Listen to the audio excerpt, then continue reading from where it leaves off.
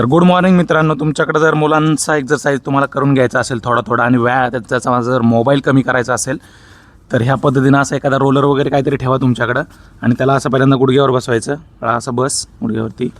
हां घे टेकव खाली. हां असं गुडघा खाली ठेव ना बाळा. असं हां असं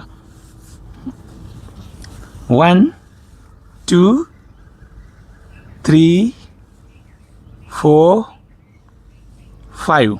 ओके डन. असंच मित्रांनो हळूहळू त्यांच्याकडनं कुठल्या पण ॲक्टिव्हिटी करून घ्या. मोबाईल बघण्यापेक्षा काही ना काही त्यांना काही पण करायला लावा.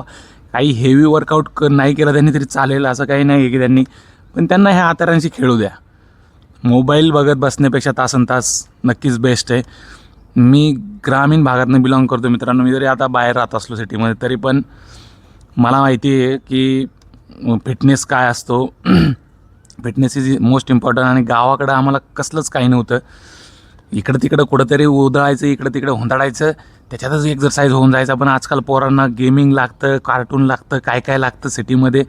आणि त्यामुळं हे खेळ, हे व्यायाम हे पोरांचे पूर्ण विसरले. त्यामुळं त्यांचं हेल्थवर प्रॉपर इश्यू होतो.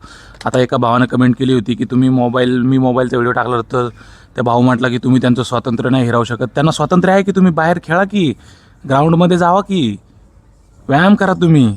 स्वातंत्र्य म्हणजे काय? मोबाईलसाठी तुम्ही त्यांना स्वातंत्र्य देणार आहे का? आणि तुम्ही तुमच्या स्वतःमध्ये बदल करा भावांनो, तरच तुमची मुलं असं काहीतरी करतील. कंटेंट जर आवडत असेल तर प्रोफाईलला जाऊन चेक करा आणि चॅनलला फॉलो करा.